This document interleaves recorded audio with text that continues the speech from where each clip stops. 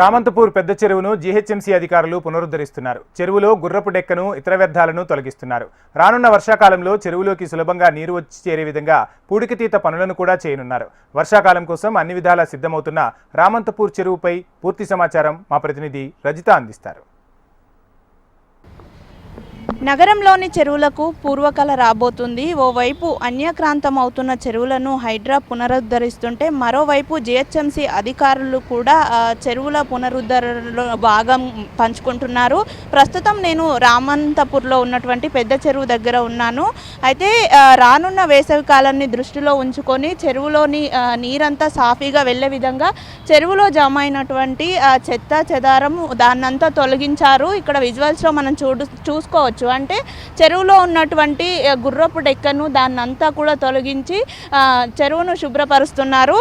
అయితే వచ్చేది వర్షాకాలం కాబట్టి చెరువులో నీరు చేరి చెరువులో నీళ్లు ఉండే విధంగా అయితే ఇక్కడ అన్ని ఏర్పాట్లు జిహెచ్ఎంసీ అధికారులు చేస్తూ ఉన్నారు. మనతో పాటు ఇక్కడ కొంతమంది స్థానికులు ఉన్నారు. చెరువు గురించి వారిని అడిగి తెలుసుకుందాం. సార్ చెప్పండి, ఏంటి ఈ చెరువు పరిస్థితి ఇప్పుడు ఎలా ఉంది? జిహెచ్ఎంసీ అధికారులు పునరుద్ధరిస్తున్నారు కదా, ఏం చెప్పండి మేడం? ఇది గతంలో మొత్తం చెరువు వచ్చేసి 51 ఎకరాలు మేడం.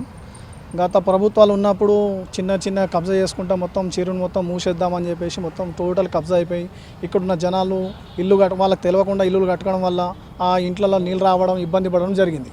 మరి ఇప్పుడు ఏంటంటే మన కాంగ్రెస్ ప్రభుత్వం వచ్చిన తర్వాత రేవంత్ రెడ్డి గారు, మా సీఎం ముఖ్యమంత్రి గారు రేవంత్ రెడ్డి గారు మరి చెరువులను కాపాడాలి, వచ్చే తరాలకు నీళ్ళ ఎవరికైనా ఇబ్బంది కావద్దని చెప్పేసి మరి చెరువులను కాపాడడానికి ఒక హైడ్రా అనేది ఒక కొత్తగా పెట్టి మరి హైడ్రాకు ఒక కమిషన్ పెట్టేసి దానికి రంగనాథ్ గారిని సృష్టించి మరి చెరువులను కాపాడాలి, మరి ప్రజలను చెరువులు కాపాడితే ప్రజలకు నీళ్ళ ఎదాటి కానీ వాళ్ళకి ఇబ్బంది ఉండదని చెప్పి మరి రేవంత్ రెడ్డి గారు చూస్తున్నారు. మరి ఉప్పల్కి వచ్చేసరికి ఈ రామంతపూర్ పెద్ద చెరువుని మరి అభివృద్ధి దిశగా తీసుకెళ్ళి మా ఉప్పల్ ఇన్ఛార్జ్ మందముల పరమేశ్వర్ రెడ్డి గారు ప్రత్యేకంగా చొరవ చూపుతున్నారు. మరి ఈరోజు మీరు చూస్తున్నారు గతంలో ఎట్లుండే చెరువు, మరి ఇప్పుడు జిహెచ్ఎంసీ వాళ్ళు ప్రత్యేకంగా నిధులతోటి మరి రామంతపూర్ చెరువుని నిధులతోటి సుందరీకరణ చేయడం జరుగుతుంది మేడం. అంటే ఈ చెరువు గతంలో ఎట్లుండే ఇప్పుడు ఎట్లుంది సార్? గతంలో ఎట్లుండే మేడం, మొత్తం చెత్త చెదారం ఉండే, ఎక్కడ చూసినా మట్టి పోస్తుండే, గుడిసెలు వేస్తుండే, లోపలికి వచ్చి జరుగుతుండే. ఇప్పుడు ఏంటంటే చెరువులలో ఎక్కడన్నా కాలువలు కానీ చెరువులు కానీ ఎవరైనా మట్టి వేయాలన్నా ఎక్కడన్నా ఏదైనా ఇల్లు కట్టుకోవాలన్నా భయం పుట్టుకుంది మేడం. ఎందుకంటే ఎఫ్టీఎల్ ఎక్కడ వస్తుంది, మరి దానికి పర్మిషన్ వస్తుందా రాదా అని చెప్పి జనాలు ఇల్లు కొనాలన్నా జాగా కొనాలన్నా ఆలోచిస్తున్నారు. గతంలో ఏంటంటే ఎవరైనా ఏదైనా సృష్టించే డాక్యుమెంట్ తోటి ఇల్లు కొనడం కట్టుకోవడం, దాని తర్వాత వర్షం రావడం, ఇళ్ళలో వర్షం పోవడం, వాళ్ళు ఇబ్బంది పడుతుండే, అవన్నీ జరుగుతున్నాయి. ఇప్పుడు అలాంటి పరిస్థితి లేకుండా పోయింది.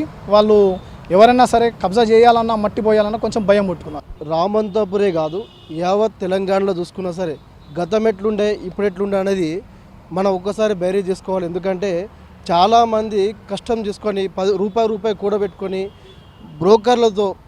బ్రోకర్ల ద్వారా వాళ్ళు చెరువులను ఎఫ్టీఎల్లో బఫర్ జోన్లో ప్లాట్లు చేసి అమ్మడం వల్ల నిరుపేద మధ్యతరగతి వాళ్ళు కష్టపడి కొన్న ప్లాట్లు కూడా వాళ్ళు మోసపోతున్నారు. ఇవాళ రేవంత్ రెడ్డి గారు ముఖ్యమంత్రి అయిన తర్వాత ఎటువంటి పేద ప్రజలకు కానీ నిరుపేదలకు కానీ బలహీన వర్గాలకు కానీ ఎవరికి అన్యాయం జరగద్దు.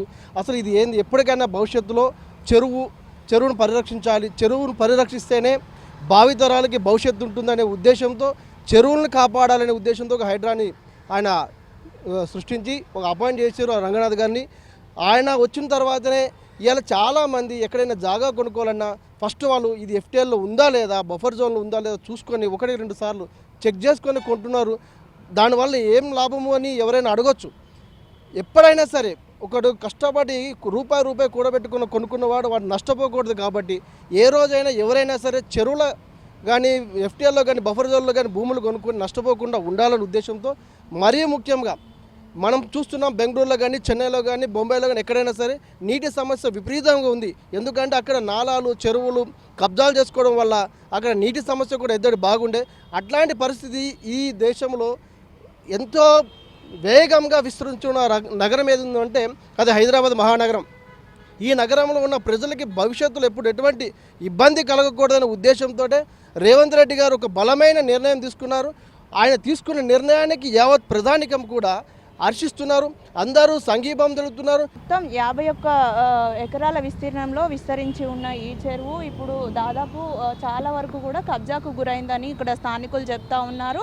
అయితే ఈ ఉన్న చెరువుని కూడా పరిరక్షించడానికి అయితే జిహెచ్ఎంసీ అధికారులు చర్యలు తీసుకున్నారు. దీంట్లో అంటే చెత్త చెదారం నింపేసి దీన్ని భవన వ్యర్థాలన్నీ చెరువులోనే పోయడంతో కూడా దాదాపు చెరువు మొత్తం కుంచుకుపోయింది. అయితే ఆ చెరువుని ఇప్పుడు జిహెచ్ఎంసీ అధికారులు ఇట్లా ఉప్పల్ కార్పొరేషన్కి మున్సిపల్ కార్పొరేషన్కి సంబంధించి నిధులు మంజూరు చేసి ఆ చెరువును మొత్తం పునరుద్ధరిస్తున్నారు. అయితే ఇక్కడ గుర్రపు డెక్క ఈ వ్యర్థాలన్నీ ఉండడం వల్ల స్థానిక ప్రజలు కూడా దోమలు వంటి తీవ్ర ఇబ్బందులను ఎదుర్కొంటున్నారు. దీని నుంచి వచ్చే దోమల నుండి కూడా అయితే ఈ చెరువుని పునరుద్ధరించడం వల్ల రానున్న వర్షాకాలాన్ని దృష్టిలో పెట్టుకొని ఈ చెరువులను పునరుద్ధరిస్తే కనుక వర్షాకాలంలో నీళ్ళంతా ఇక్కడ ఎలాంటి అంటే ఇబ్బందులు లేకుండా కూడా నీరంతా చెరువులో చేరే అవకాశం ఉంటుంది. కాబట్టి ఆ దిశగా అయితే అధికారులు అడుగులు వేస్తున్నారు.